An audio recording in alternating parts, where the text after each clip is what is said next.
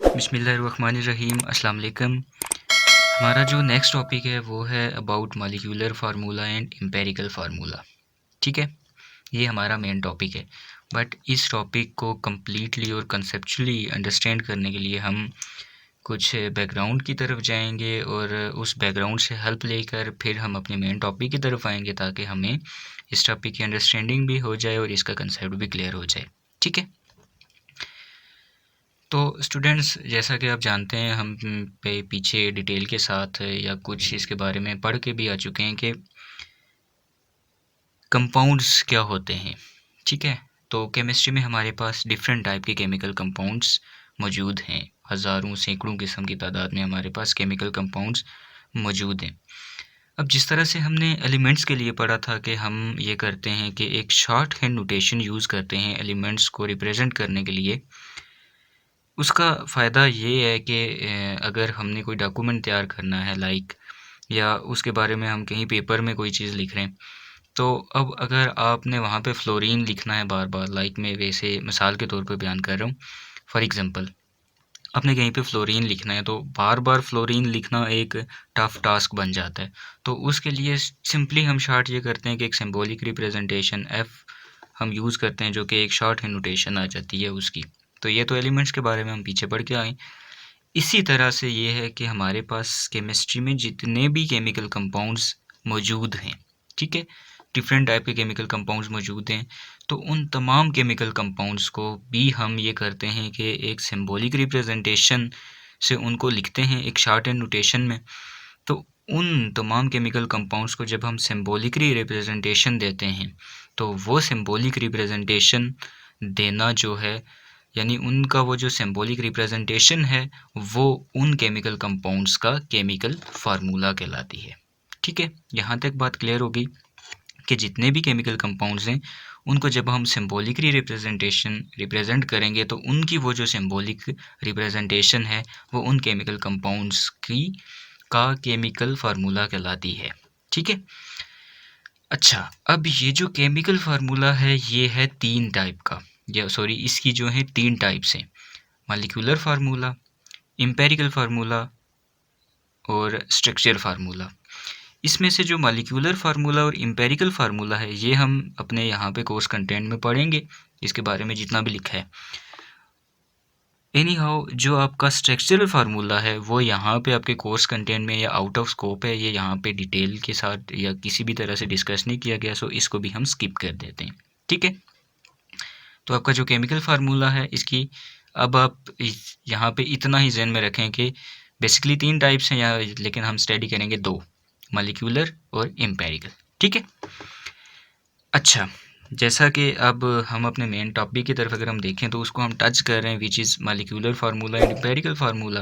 But मैं ये पहले भी बता चुका हूँ कि हम इस चीज़ को कम्प्लीटली अंडरस्टैंड करने के लिए कंसेप्चुअली हम कुछ बैकग्राउंड से हेल्प लेते हैं, तो उसी बैकग्राउंड से फिर हम हेल्प लेंगे और मेन टॉपिक की तरफ आएंगे।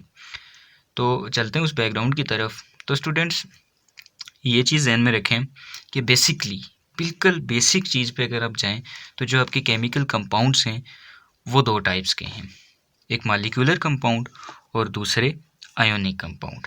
ठीक है, ये चीज़ जहन में अब आगे अपने रखना है कि इन मॉलिक्यूलर कंपाउंड्स को यूँ कंसीडर कर लें कि हमारे पास एक घर है और उसमें 2 रूम हैं। तो एक रूम में हमने मॉलिक्यूलर कंपाउंड्स को स्टडी करना है बिल्कुल अलग से, और दूसरे में हमने आयोनिक कंपाउंड्स को स्टडी करना है बिल्कुल अलग से। ठीक है, तो यहाँ तक की बात आई होप क्लियर हो गई होगी। अब चूँकि मुझे स्पेस रिक्वायर्ड है मैं ये इरेज करता हूँ, ये चीज़ मैं दोबारा लिखूँगा, यहाँ से आगे फिर हम अपने टॉपिक को कंटिन्यू करते हैं। ठीक है,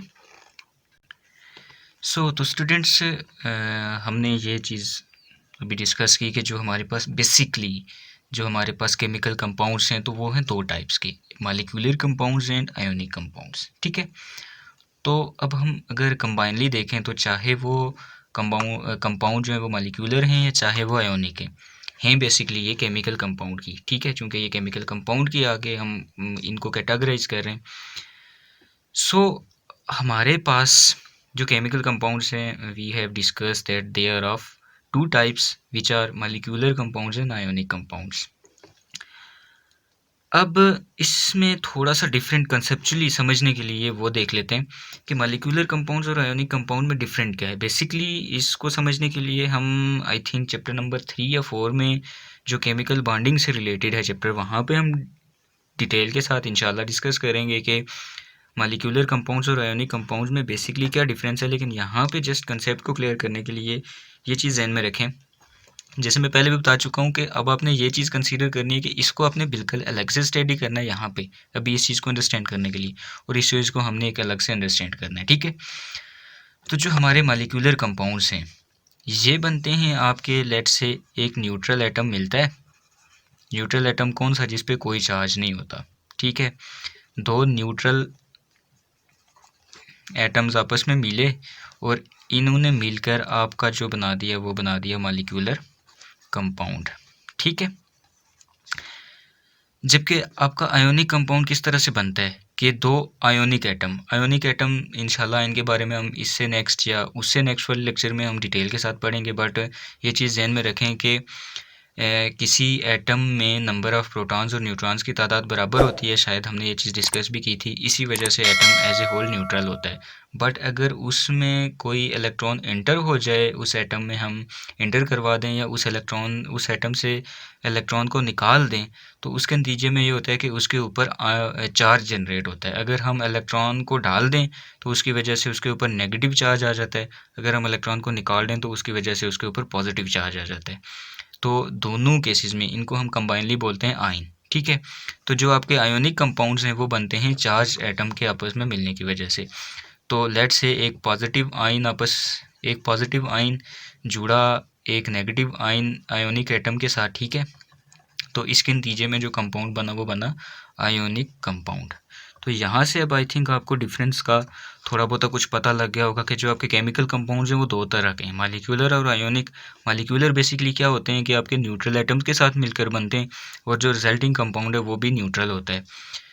जो आयोनिक कंपाउंड है आपके, तो वो बेसिकली आयन से मिलकर बनते हैं, और रिजल्टिंग पार्टिकल आपके पास मुमकिन है कि वो वैसे तो ज़्यादा केसेस में वो न्यूट्रल ही होता है, क्योंकि पॉजिटिव नेगेटिव आयन एक दूसरे को कैंसिल आउट कर देते हैं।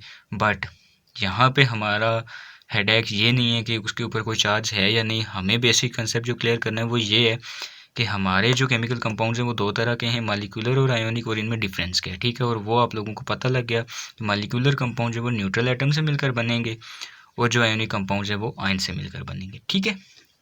अब ये चीज़ मैं भी बता चुका हूँ कि इनको हमने स्टडी करना है अलग अलग रूम में। अब जो शॉर्ट हैंड नोटेशन हम यूज़ करेंगे मॉलिक्यूलर कंपाउंड्स के लिए, ठीक है। तो बेसिक चीज़ जैसे मैंने आपको पीछे बताया था कि केमिकल कंपाउंड्स हैं दो टाइप के, मॉलिक्यूलर एंड आयोनिक। तो जो हम शॉर्ट हैंड नोटेशन यूज़ करेंगे मॉलिक्यूलर कंपाउंड्स के लिए, वो उनका मॉलिक्यूलर फार्मूला कहलाएगा, और जो शॉर्ट हैंड नोटेशन हम यूज़ करेंगे आयोनिक कंपाउंड्स के लिए, उसको हम इसका फार्मूला मैस बोलते हैं, ठीक है। यहाँ तक की बात क्लियर। आई रिपीट कि हमारे पास थे सबसे पहले केमिकल कंपाउंड्स। उन तमाम केमिकल कंपाउंड्स को हम सिंबॉलिकली रिप्रेजेंटेशन हमने जब उनको दी, तो उनकी उस सिंबॉलिक रिप्रेजेंटेशन को हमने केमिकल फार्मूला का नाम दिया। केमिकल फार्मूला हमारे पास 3 टाइप्स का था, जिसमें से थर्ड वन जो है, जो स्ट्रक्चरल उसका फार्मूला है, वो तो हम यहाँ पे डिस्कस नहीं करते। तो जो मेन 2 टाइप्स थी वो थी मॉलिक्यूलर फार्मूला और एम्पिरिकल फार्मूला। अब उस चीज़ को समझने के लिए हमने ये चीज़ कंसीडर की कि जो हमारे पास केमिकल कंपाउंड्स हैं वो 2 टाइप्स के, molecular and ionic. Molecular compounds को रिप्रेजेंट करने के लिए जो जब हम शॉर्ट हैंड नोटेशन यूज़ करेंगे, तो उसके लिए जो फार्मूला बनता है that is molecular formula. And ionic compounds को रिप्रेजेंट करता है जो फार्मूला, वो है आपका फार्मूला मैस, ठीक है। यहाँ तक की बात क्लियर हो गई है। अब हम इसी के पैरेलल में डिस्कस करते हैं क्या चीज़, मज़ीद इसके बारे में डिटेल्स के साथ डिस्कस करते हैं, ठीक है। तो स्टूडेंट्स, अब हम मज़ीद इसके बारे में डिटेल से डिस्कस करते हैं। तो देखें, ये चीज़ मैं आपको पहले बता चुका हूँ कि अब हमने जो मॉलिक्यूलर कंपाउंड्स हैं उनको और जो आयोनिक कंपाउंड्स हैं उनको अलग अलग रूम में स्टडी करना है। तो लेट्स से हम फर्स्ट रूम में आ चुके हैं जहाँ पे हम मॉलिक्यूलर कंपाउंड्स को स्टडी करने जा रहे हैं। अब यहाँ पे बेसिकली हम मॉलिक्यूलर कंपाउंड्स को स्टडी नहीं करेंगे, बल्कि मॉलिक्यूलर कंपाउंड्स को रिप्रेजेंट करने के लिए जो शॉर्ट हैंड नोटेशन यूज़ की जाती है, जिसको हम बेसिकली क्या कहते हैं, उनका मॉलिक्यूलर फार्मूला। अब हम इसको डिटेल के साथ डिस्कस करते हैं, ठीक है। तो किसी मॉलिक्यूलर कंपाउंड का जो मॉलिक्यूलर फार्मूला है वो बेसिकली क्या बताता है, यानी जब हम किसी मॉलिक्यूलर कंपाउंड को एक शॉर्ट हैंड नोटेशन में लिख देते हैं तो उसका क्या मतलब होता है, वो हमें क्या चीज़ रिप्रेजेंट करती है। तो लेट्स से मैं एग्जांपल ले लेता हूँ एक ग्लूकोज के मॉलिक्यूल की, या उससे भी सिंपल ले लेते हैं बेंजीन की। तो बेंजीन का जो मॉलिक्यूलर फार्मूला है, यानी बेंजीन एक केमिकल कंपाउंड है, और केमिकल कंपाउंड कौन सा, मॉलिक्यूलर कंपाउंड। तो उस मॉलिक्यूलर कंपाउंड को जब मैं शॉर्ट हैंड नोटेशन में यूज़ करूँगा तो वो बेसिकली उसका मॉलिक्यूलर फार्मूला कहलाएगा, विच इज़ C6H6, ठीक है। अब देखें, दिस इज़ द बेंजीन। अब ये जो बेंजीन है जो कि मॉलिक्यूलर कंपाउंड है, तो इसका ये जो मॉलिक्यूलर फार्मूला है ये हमें क्या बताता है, ये हमें बताता है या इन्फॉर्मेशन देता है दो चीज़ों के बारे में। नंबर वन, कि ये जो बेंजीन का एक मॉलिक्यूल है, ये चीज़ ध्यान में रखना है, I am saying one molecule of benzene, ठीक है। तो जिस तरह से हम ये देखते हैं कि जितने भी मटेरियल ऑब्जेक्ट्स हैं, ठीक है, तो वो बने हुए एक basic particle which is atom, यानी कि किसी एक स्पेसिफिक मैटर को आप कंसीडर कर लें तो उसमें तमाम एटम्स एक जैसे होंगे, ठीक है। तो अगर आप बुनियादी तौर पर एक एटम ले लें तो वही एटम अपने आप को रिपीट करता है और उस स्पेसिफिक मटेरियल को जनरेट कर देता है। इसी तरह से हम यहाँ पे अगर जब हम उससे हायर लेवल पे आ जाएं, यानी दो या दो से ज़्यादा एटम मिलकर मॉलिक्यूल बना देते हैं, तो वही एक मॉलिक्यूल फिर वो अपने आप को रिपीट करता है और आपके पास एक पूरा मॉलिक्यूलर कंपाउंड बन जाता है, ठीक है। तो किसी मॉलिक्यूलर कंपाउंड का जो मॉलिक्यूलर फार्मूला है वो बताता क्या है कि उस मॉलिक्यूलर कंपाउंड के उस एक मॉलिक्यूल में कौन कौन से एटम मौजूद हैं और कितनी कितनी तादाद में मौजूद हैं, यानी वो बताता है विच एटम्स, कौन कौन से एटम्स हैं, और दूसरी चीज़ वो बताता है उनका नंबर ऑफ एटम्स, ठीक है। तो किसी भी मॉलिक्यूलर कंपाउंड का मॉलिक्यूलर फार्मूला क्या होता है कि जो कि हमें बताता है उसके एक मॉलिक्यूल में number of atoms, total number of atoms को बताता है, और ये भी बताता है कि वो एटम हैं कौन कौन से, ठीक है। अच्छा, अगर हम बेंजीन की यहाँ पे जैसे हमने एग्जांपल लिए, तो इसकी अगर हम बात करें तो जो इसका मॉलिक्यूलर फार्मूला है यानी शॉर्ट हैंड नोटेशन, तो वो है आपका C6H6। ये अब हमें क्या बता रहा है कि ये जो बेंजीन का मॉलिक्यूल है, एक मॉलिक्यूल, तो उसको बनाने के लिए आपको 6 कार्बन के एटम चाहिए और 6 ही हाइड्रोजन के एटम चाहिए, ठीक है। यानी आपको कोई सैकड़ों के हिसाब से कार्बन और हाइड्रोजन ला के दे दे, तो आप अगर बेंजीन बनाना चाहते हैं तो डेफिनेटली, जैसे अगर आप घर बनाना चाहते हैं तो उसके लिए आपको ब्लॉक्स की ज़रूरत है। अब आपको एक सेम साइज़ के ब्लॉक, यानी लेट्स से 4 इंचज़ का ब्लॉक आपने अपने पूरे घर को बनाने के लिए चाहिए, आपको ज़रूरत है। तो अब आप ऐसा कभी नहीं हो सकता कि आप कुछ ब्लॉक 4 इंचज़ के ला लें, कुछ 3 के लगा दें, कुछ 6 के लगा दें, इस तरह से आपकी दीवार ही कंप्लीट नहीं हो पाएगी। तो यानी बेसिक आपको क्या चाहिए, एक सेम साइज़ का ब्लॉक चाहिए जिसको आप एक ख़ास अरेंजमेंट में रिपीट करें और आपका पूरा घर कंप्लीट हो जाए या एक रूम कंप्लीट हो जाए। इसी तरह से हमें क्या है कि हमें कोई सैकड़ों की तादाद में ला के दे दे कार्बन और हाइड्रोजन, हम बेंजीन के मॉलिक्यूल को नहीं बना सकते। हमें क्या चाहिए कि हम सैकड़ों कार्बन हाइड्रोजन को आपस में मिला दें, हमारे पास बेंजीन का मॉलिक्यूल नहीं बनेगा। जब तक कि हम स्पेसिफिकली 6 कार्बन और 6 हाइड्रोजन के एटम को नहीं मिलाएंगे तब तक हम बेंजीन के मॉलिक्यूल को नहीं बना सकते। मॉलिक्यूलर फार्मूला फिर किसी कंपाउंड का देख के हमें ये हेल्प करता है कि उस स्पेसिफिक मॉलिक्यूल या उस स्पेसिफिक मॉलिक्यूलर कंपाउंड को बनाने के लिए आपको जो बेसिक फर्स्ट मॉलिक्यूल चाहिए जो आप बनाएं, और फिर उसी जैसे आप डिफरेंट मॉलिक्यूल्स बनाएं, उसी जैसे आप मॉलिक्यूल्स बनाते जाएं, तो आपके पास वो पूरा का पूरा मॉलिक्यूलर जो कंपाउंड है वो तैयार हो जाए, ठीक है। बेंजीन का मॉलिक्यूलर फार्मूला हमें ये बताता है कि अगर आप बेंजीन का मॉलिक्यूल बनाना चाहते हैं, ठीक है, यानी अगर आप बेंजीन की एक बॉल बनाना चाहते हैं तो उसके लिए जो आपको फर्स्ट ब्लॉक की ज़रूरत पड़ेगी, उसके लिए आपको 6 कार्बन और 6 हाइड्रोजन के एटम चाहिए।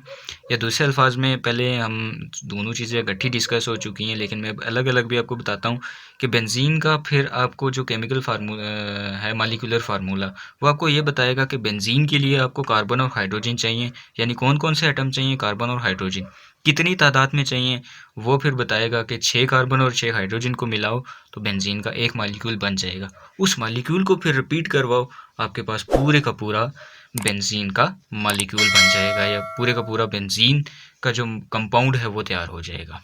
ठीक है, तो ये है हमारा मॉलिक्यूलर फार्मूला, और इससे रिलेटेड इसकी डेफिनेशन को एक्सप्लेन किया है। आई होप कि आप लोगों को समझ आ गई होगी। इसी से रिलेटेड है फिर एक टॉपिक मज़ीद, वो है आपका एम्पिरिकल फार्मूला।